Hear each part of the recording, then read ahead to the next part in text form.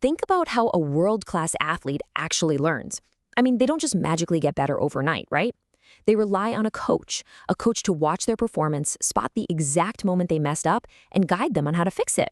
Well, training in artificial intelligence works exactly the same way.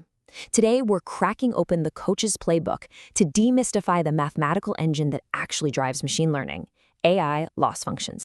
But before we get into the heavy lifting of how these playbooks work, we really have to ask a foundational question.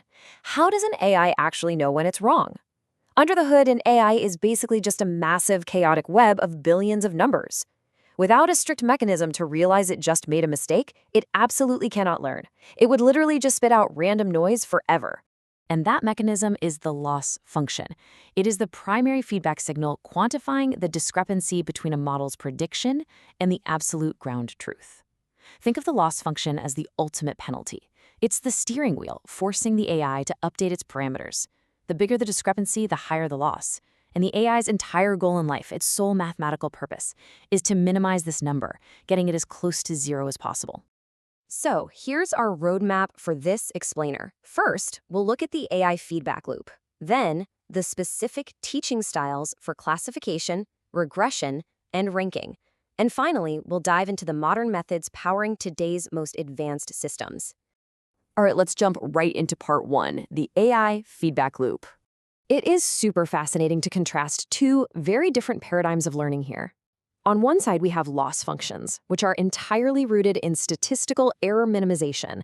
It's really a defensive posture, reducing the distance between a prediction and the absolute truth. But contrast that with utility functions, which is a concept from economics focused on preference maximization. That's about chasing a reward. Knowing whether an AI is mathematically programmed to anxiously avoid a penalty or aggressively chase a reward fundamentally changes how it behaves out there in the real world. Moving on to part two, classification, or sorting the world. When an AI's task is classification, it has to definitively sort the world into discrete buckets, deciding if an image is a cat, a dog, or a bird. The mathematical foundation for this is the softmax function. If you look at how probability is distributed across these classes, softmax ensures they always sum up to exactly 100%. By forcing the AI to divide a single pie of probability, giving a super confident 70% slice to cat mathematically forces it to take slices away from dog and bird. But how does the coach actually grade this distribution? Enter categorical cross-entropy loss.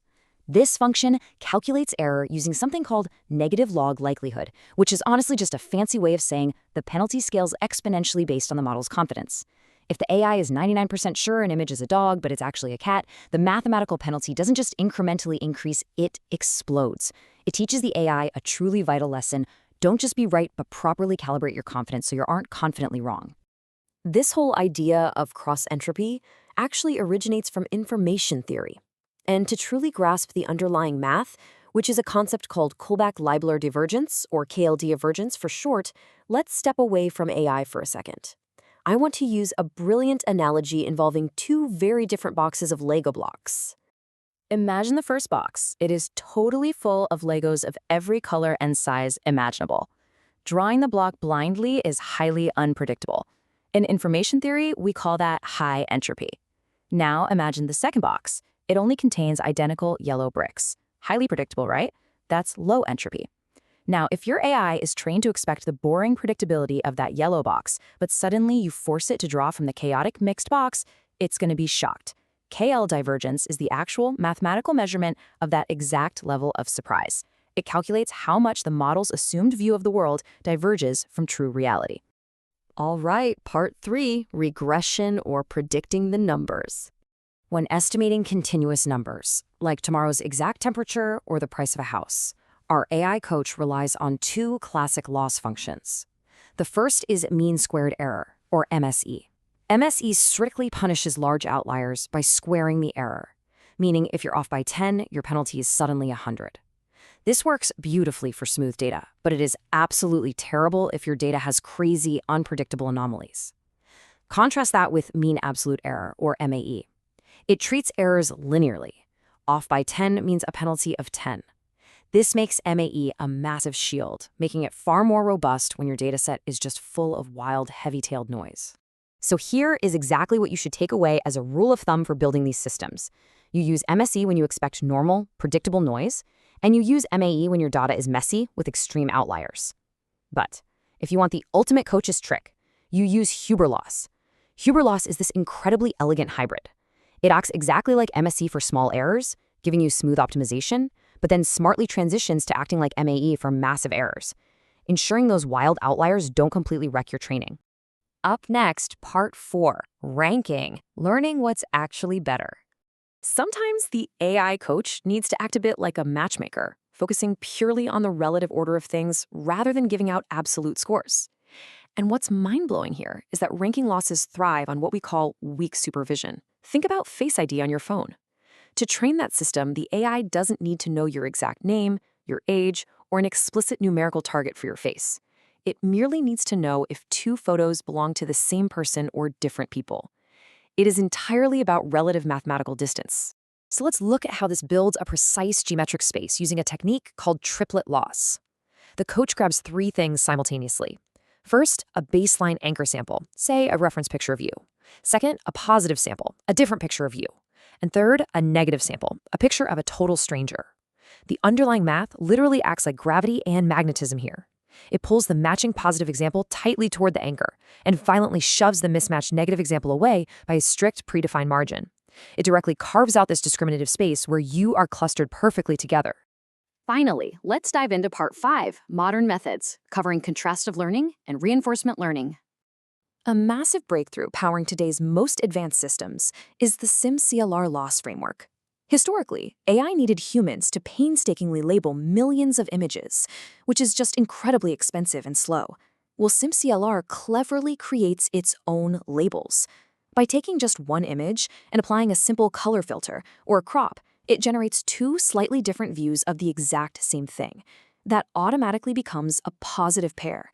It then treats every single other image in that massive training batch as a negative sample. This brilliantly builds an enormous, label-free learning environment. The AI learns the fundamental visual structure of our world purely by contrasting these augmented images against each other. It literally saves millions of dollars in human labeling costs. Now, what about deep reinforcement learning? In RL, the coach isn't just greeting a single isolated test question like categorizing an image. Instead, they're evaluating a continuous, high-stakes sequence of decisions over time.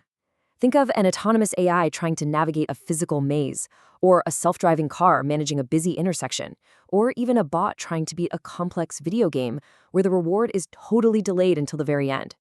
In this space, we've basically got 2 primary loss types. First, Q-value loss. This forces the AI to be consistent with its own future predictions. It calculates the error between the reward it expected to get and what it actually got, using the famous Bellman equation, which basically mathematically links current choices to future payoffs. On the flip side, policy gradient loss doesn't even bother estimating the exact numerical value of a state. It just directly steers the AI's behavior, tweaking the probabilities of specific actions to maximize those sweet, long-term expected rewards. So, to summarize our explainer today, building a capable AI really comes down to selecting the ultimate coach's playbook. The underlying math absolutely must match the task at hand. If your AI is a categorizer, you use cross-entropy for sorting. If it's an estimator, you deploy Huber loss to handle numbers and noise. If it's a matchmaker, triplet loss optimizes those relative rankings. And if you're building an autonomous agent, policy gradients will shape its sequential actions over time. As we wrap up, I want to leave you with this provocative thought. We have spent all this time perfectly engineering loss functions to act as human-designed coaches for our AI. But as these models become increasingly autonomous and vastly more capable, how long until they begin designing their very own loss functions to correct their own behaviors? It is a fascinating and perhaps slightly terrifying frontier for the future of AI alignment. Thank you so much for joining this explainer, and keep learning.